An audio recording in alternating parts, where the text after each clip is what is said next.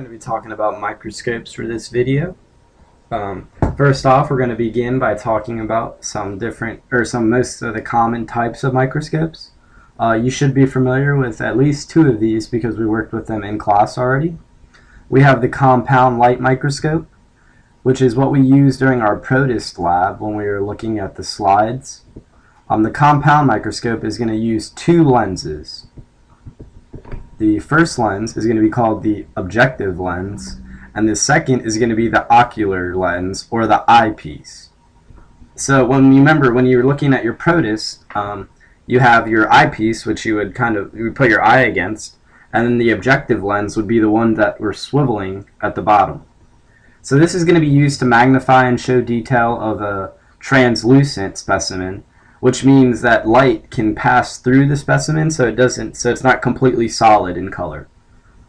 The image is inverted as a result of the lenses that are used. So that's the result, as because of the light coming up is bouncing through two different lenses and then into your eye, the image appears upside down than what it is actually. It can magnify 15 to 2,000 times, but the ones that we use in class are only going to magnify up to 400 times. The equation below is going to be what we're going to use to calculate total magnification. So the total magnification is going to be the magnification of the objective lens times the magnification of the ocular lens. So the ocular lens, or the eyepiece, will always magnify an image 10 times. So if you just look through the eyepiece, you would see an image 10 times larger than the original.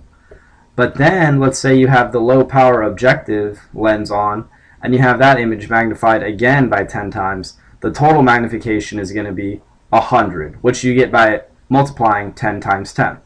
Easy enough. So the field of view in a microscope is what we refer to as the visible area that we can see when we look into the microscope, when the specimen is in focus. So the greater the magnification, the smaller the field of view. Now this might be a little bit confusing, but once we show this diagram, it should be pretty easy. Now here's the lowest, the scanning power. So this is going to be maybe your 4 times lens, your objective lens. You're going to be able to see this much, like this big circle worth, right? Because it's not as detailed, right? You see a broader image. Then at medium power, you'll see only this smaller circle in the microscope. And then at high power, you're going to get really detailed and zoomed in. So there's going to be an inverse relationship between field of view and magnifying power. We also have worked with in class the stereo microscope, which is also known as a dissecting microscope. This is going to be useful when you're viewing objects that are too large or too thick for a compound microscope. This is going to mean that this kind of microscope doesn't magnify as much. But it's going to be useful if you want to look at maybe a whole organ, like some of you did with your frogs. You put some of it under there. Or you also can use it for something that's really thick that you're not going to be able to see light through. Because if you have a compound light microscope and it's too thick and you can't shine light through the bottom, you're not going to be able to see anything. So unlike a compound light microscope, the images are not inverted. That's because you're using two eyepieces. So we have two eyepieces that we look through our dissecting microscope, and there's no third objective lens. That way, that means the image shows true to actual direction. These microscopes, as I said, aren't going to be as powerful as a compound light microscope, and can only magnify 4 to 50 times the original size. So this is going to be two microscopes that we're probably not going to use in class, and you're probably not going to use them throughout your college career unless you get into some really advanced biological microbial studies. You have the scanning electron microscope, which we refer to as an SEM, which is going to be this picture here. It's going to show the surface or the outside layer of an image, and it's going to do that by just bouncing electrons off the surface of this organism here. And then it's going to read the way that those electrons get deflected, and it's going to create a virtual image of that. So you're going to be able to see up to 100,000 times the size of the actual image. So these microscopes are going to be very powerful. Then the second microscope we're going to talk about is going to be the transmission electron microscope, or the TEM. So the electrons pass through the object, allow you to see what's inside the cell. And it can magnify up to 200,000 times, so twice as powerful as the SEM. But the problem with the SEM and the TEM is that the specimen must be dead in order to view it with one of these microscopes.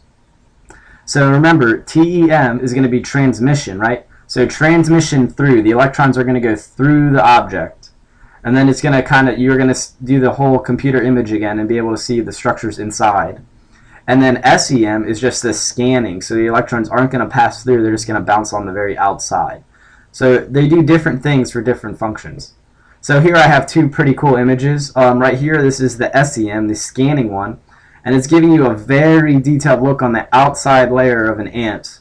And these are just going to be ridges and stuff that you would never be able to see from the naked eye or any kind of microscope. And you can see even the little bristles, the individual bristles on this ant's antenna. And this is going to be a TEM of a chloroplast, I believe. And you can even see the thylakoid disc stacks inside the chloroplast. So really cool stuff that you can only see using these really high-powered electron microscopes. So here's going to be our labeling for our compound light microscope. And we're going to be able, what we're going to want to do is be able to label each of these pieces. That way, so when you're given directions, you know exactly what we're talking about.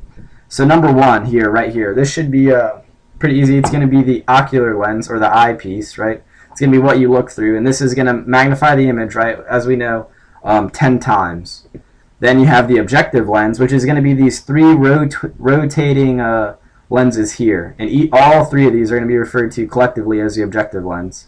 And they're going to further magnify the image. The microscopes that we work in class, as well as this picture, depicted 4 different objective lenses.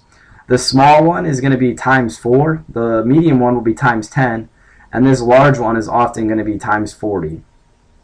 Sometimes you have microscopes that work with times 100 objective lens, and you can use oil to view that image, but we're not going to worry about those in this class. So 3 is going to be the stage, which is what we call the platform that we put the slide on. 4 is going to be your slide, which holds the specimen. 5 is going to be the cover slip, which you put on top of the specimen on the slide to hold it in place. 6 is going to be this circular wheel. This is going to be the diaphragm, and it's going to control the amount of light that's passing up through the specimen into the objective lens.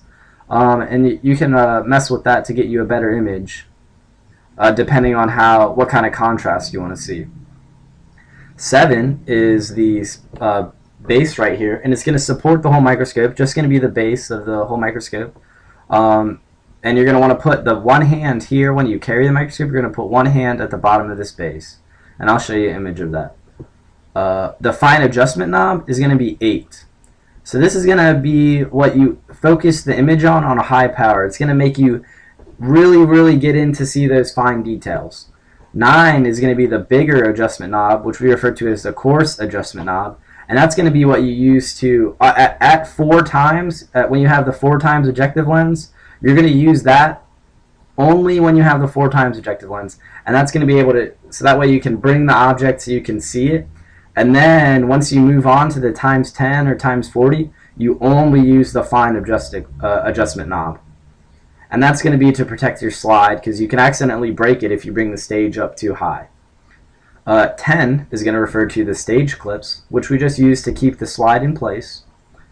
And then 11 is going to be the arm here, which is sometimes referred to as the neck, but it's just going to be this other, this right here. That's where we're going to place our other second hand. So we're going to take a look at this cool guy here, and you can see he's got his one hand under the base and his one hand on the arm. And this is how we want you to properly carry the microscopes. That way you have it and nothing breaks and no one gets in trouble.